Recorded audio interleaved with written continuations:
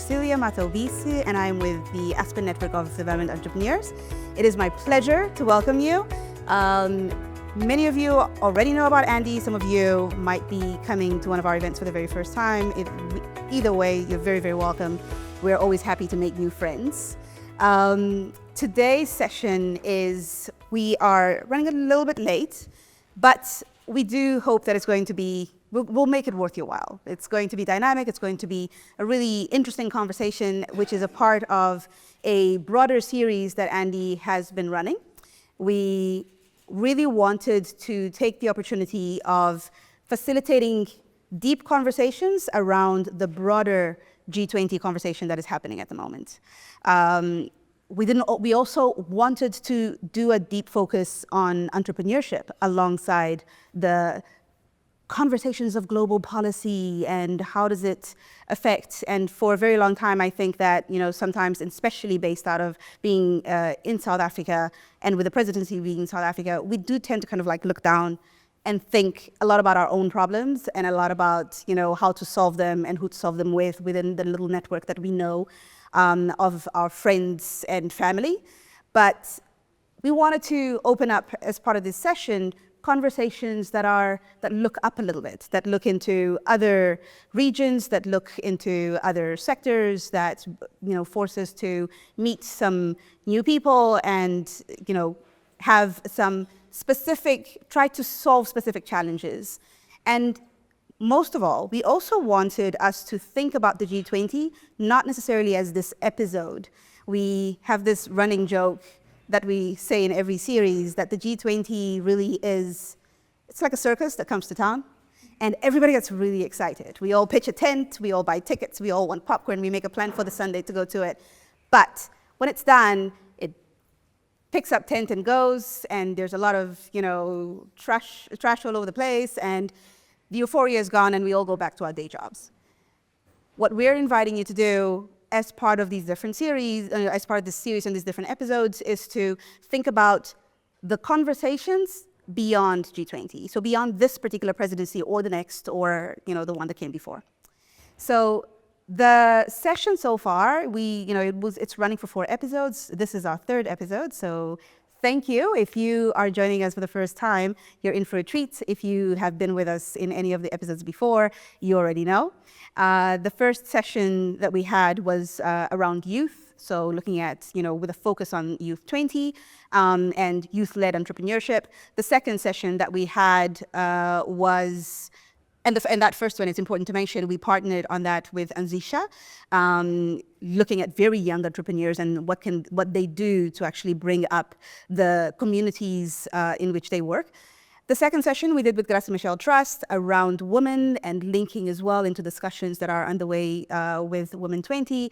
This session, we are very happy to be partnering with Fitwila, who's bringing in their expertise to take us through some of the thought process and digging in deep around the Startup 20 lineup.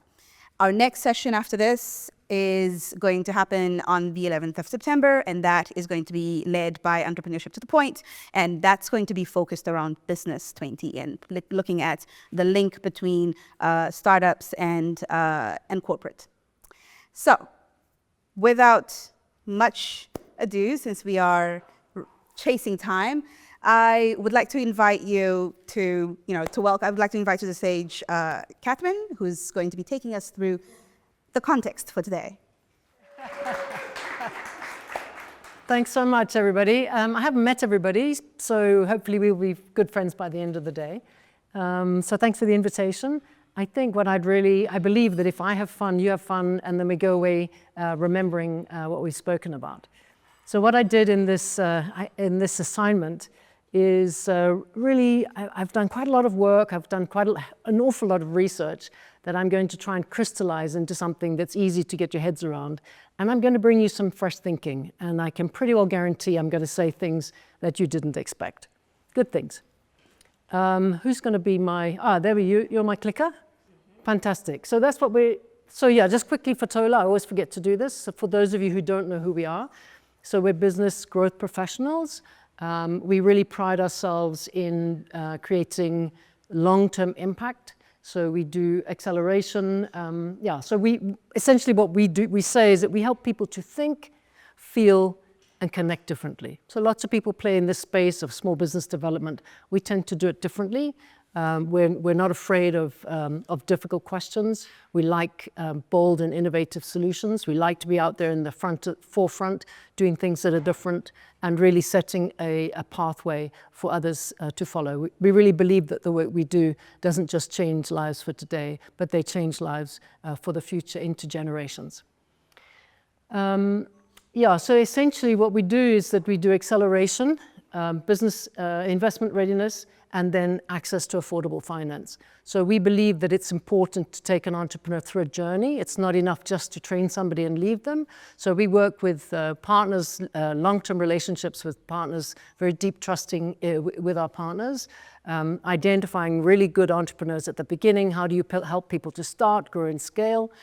Then anybody that's in the finance game knows that the problem isn't that there's no money, the problem is that there's no pipeline. So we're very invested in making sure that we build a good pipeline, and then we also manage funds for ourselves and for other people as well. So this thing of a ladder of affordable finance is really how you actually get an entrepreneur to scale. Just a little quick snapshot. It's less about the detail and it's more about just telling you that data performance management is really, really important to us. We don't believe that it's about just ticking boxes. We believe it's important to make a difference and to be able to measure and report that. So that's me. All right, so now just to go to the challenge that we were given.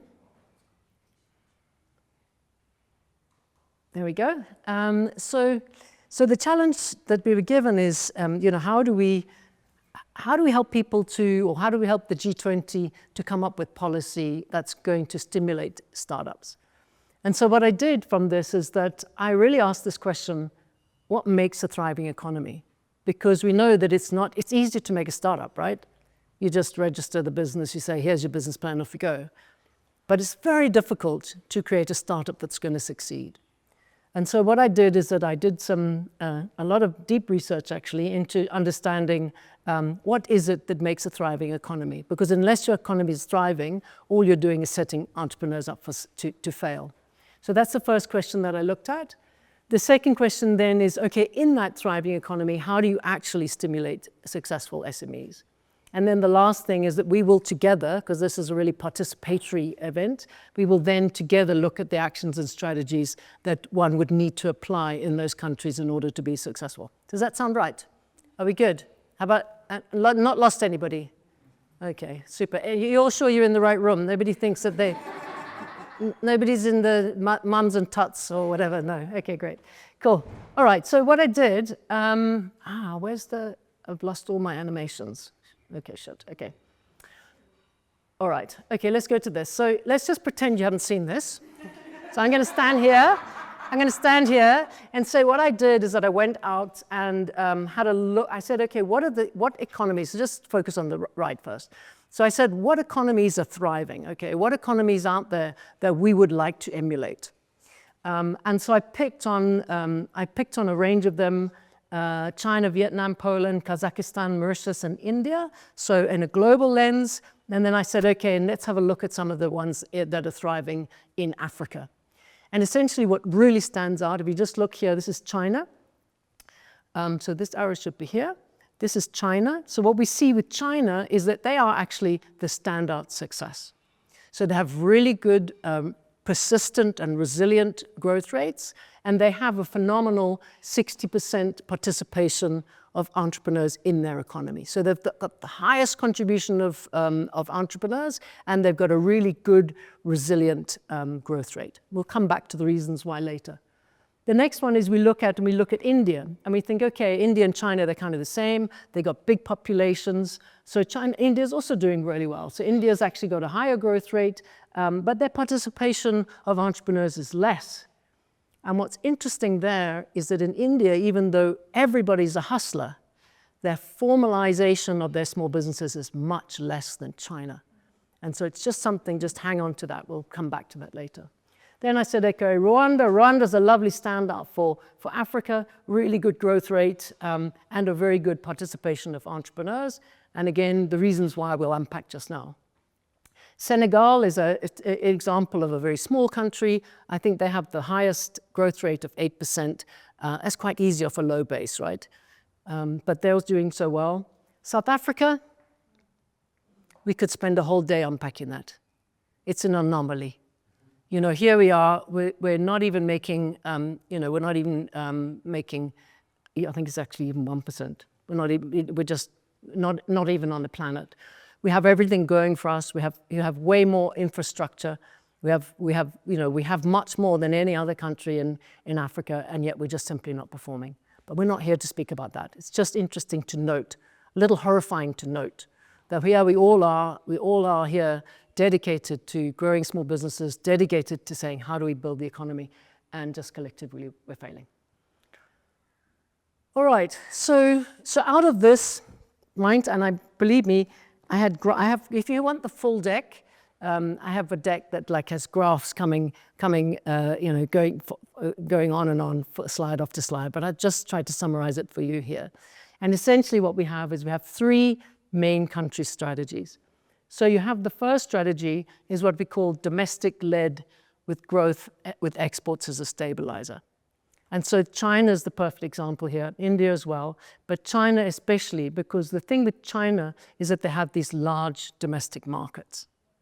But really what is the standout difference between China and India is that China has built their entire exports on a small business value chain. So it would be different to, say, in South Africa, where your major exporter is a single business that's exporting. In China, what they did is very carefully built an entire ecosystem of small suppliers. And so every one of their small suppliers is world class. So they didn't just say, okay, the export company must be world class. They built a world class, a global competitiveness all the way from the smallest entrepreneur all the way through. In India's case, you saw from the previous graph, their participation in small business is much less because they didn't follow that strategy. So it's just interesting. And in China's case, the fact that they have both actually, but the fact that they have this big local economy means that they're much more resilient to shocks. So we would think that, oh, China's going to collapse now because America's chasing them with tariffs. But the reality is that a huge portion of China's economy is in fact locally based. So they have a very good buffer. So this is actually just, it's difficult, but it's not going to be crushing for them. Thanks. So the next one is complementary growth. So what's interesting here is much smaller countries, Vietnam, Poland, and Mauritius are typical examples. And what they've done is that they've created specialist exports. So they've said, okay, we're a small country, we don't have much local economy, but let's be specialists. And so, for example, I don't know if you guys know Mauritius, but Mauritius has very much made themselves a financial services specialist. And Vietnam has made them electronics industry specialist. And so that's then the second type of typical country strategy. And then the third one would be very much export-led, but with very little what they call domestic spillover. This is typically Botswana. So if I use Botswana as an example, their economy has been very dependent on diamonds. And so they built their economy on their export of diamonds.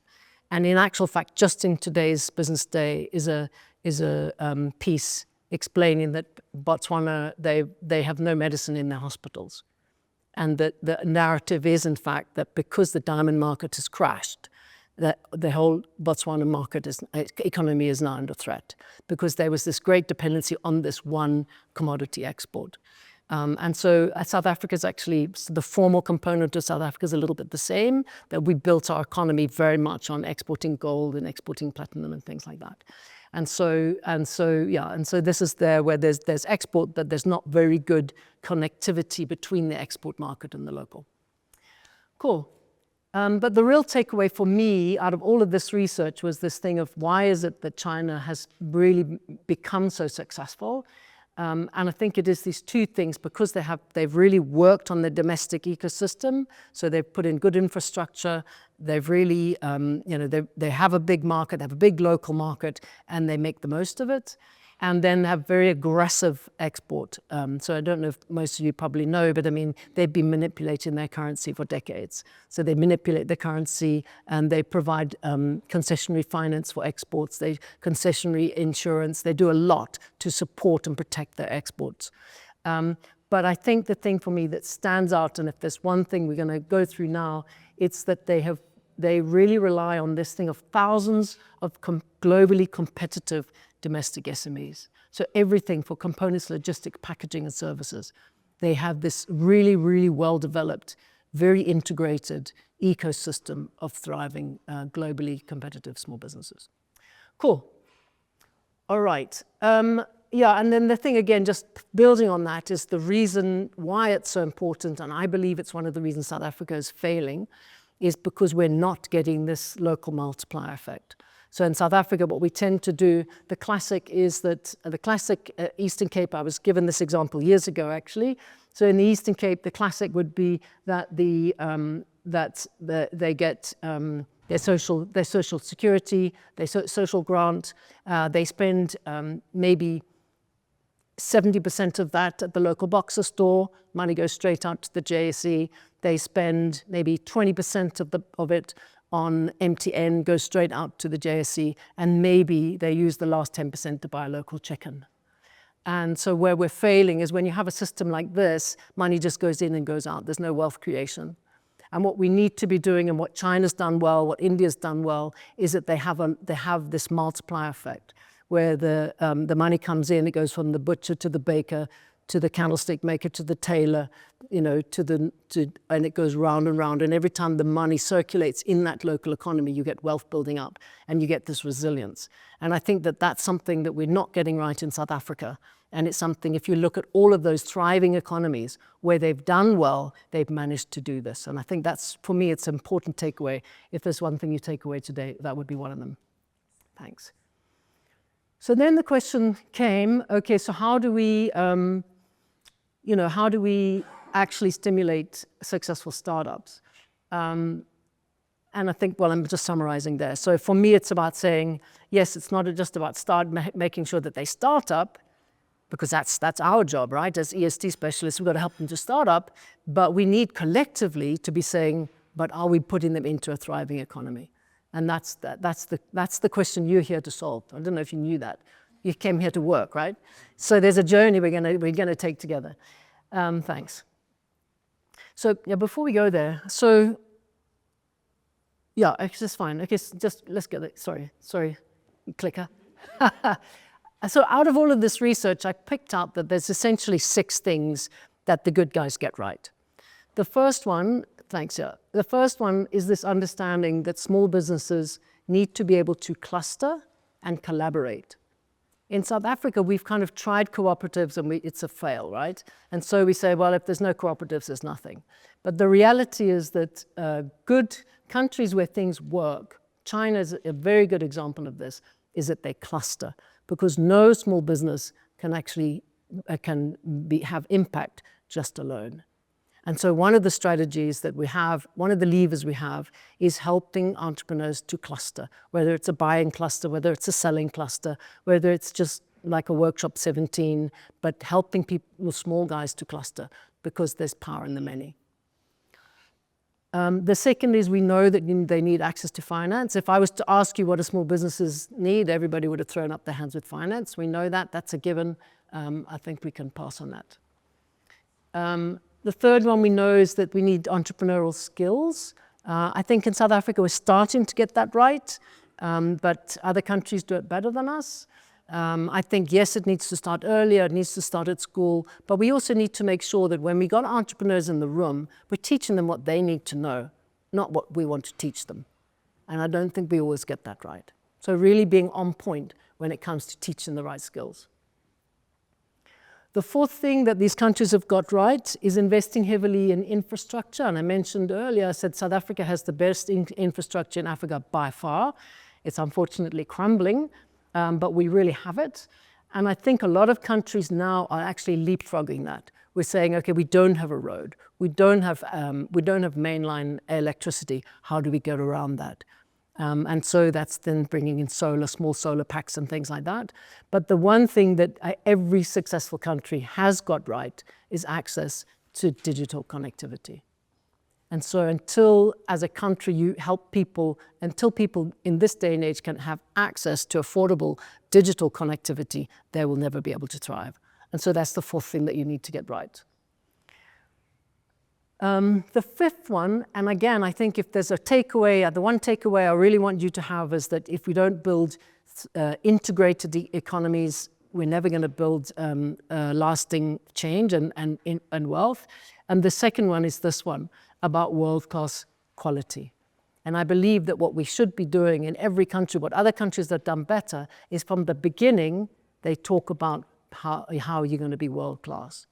It's not just tech boxing.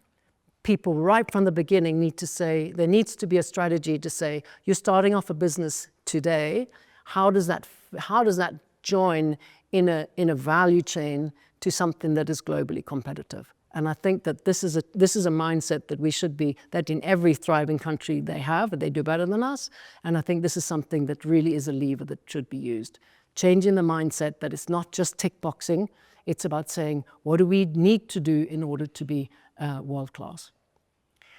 And then the last one is activating local demand. We have got BE, it's not performing as we would like, it's definitely not achieving us the results that we want, but there are certain other countries where it does work well. It is definitely a strategy in any thriving economy, is to say, how do you secure some of the value chain in order to help businesses to grow. So those are the 6 levers that you're going to play with. Those are the levers that the other countries are getting right. And so maybe just remember those. Cool. So now we go on to the countries. So I was kind of given this idea of, normally when you do a scenario planning, there's always one strategy that's better than the others, right? How many of you have never done scenario planning? Hello? Everyone's, yeah? So usually what happens is that you have 4 scenarios, one's better than the others, and then the others are kind of like, one's really bad and the other 2 a little bit in the middle. But then I thought what we're trying to do is to create a strategy for multiple countries. So there isn't such a thing as one strategy. What we need is appropriate strategies for different business environments. So what I've done a little bit differently here, I've said there's actually 4 scenarios, and all of the scenarios are the right scenarios, because all of the scenarios speak to a particular country context that you would be in. And so what I've done, I'll just take you through now, just the 4 scenarios. Before I go there, are you all with me with the 6? Any questions? We good? Yes, please. Maybe let's just get a bit, yeah. Sorry, that's what you yeah, great, thanks. Yeah, just please, yeah. Let's just make sure we understand where we are before I move on. My name is Suleiman Patel. I'm from Allen and Gilgrave Philanthropy, South Africa. Firstly, thanks on what you presented, really eye-opening. 2 comments from my side, or maybe just things to think about. If we look at India and China specifically, the level of industrialization, coupled with the support of government for that specific industrialization, case in point, if we look in India, Tata Motors, they've created a company that not only produces in the country, but also supplies the country with motor vehicles. China, if you look at China as well, the high level of industrialization, plus the support from a policy point of view, including labor laws, etc., gives them added advantage to achieve those numbers that you've displayed there. Whereas if we look at the context of South Africa, the policy environment is just not there to achieve that levels of industrialization, along with infrastructure, load shedding, etc., to achieve that level of industrialization. I mean, if we compare the cars manufactured in South Africa, yes, they have the nice European branding, but it's for mostly, I would say 70% for export markets, money's going out. So for me, it's a combination of factors that we need to consider And it starts off with obviously the support that government backed those specific economies to thrive. And yeah. So we're going to get to that. Okay. So we're going to get to that. So the point again here is it's not that one country is better than another. I think it's just important. So the game we're going to play is we're all going to have 4 different countries. Okay, so we're going to go into groups where we have 4 different countries. And then what we can do is that we say, how do we, in this context, what are the decisions that need to be made? What are the policies that need to be made? So maybe you're going to be in the South Africa country and then you can solve it for us, right? Yeah, was there another, I mean, there is a difference. I just kind of always done, I think you could have a whole day on unpacking why South Africa is where it is. And that's not entirely the purpose here. But yeah, I mean, I think I agree with what you said. I'm Nico from Reciprocity, and just a quick comment on your point 1, build SMMEs, clusters and networks. There were this amazing study from the University of Cape Town years ago. I can't find it anymore in my files, but just tracking a banknote of 100 rands in Sea Point, going through 17 hands before leaving Sea Point, and following a banknote in Kailicha going through 3 hands before leaving Kailicha.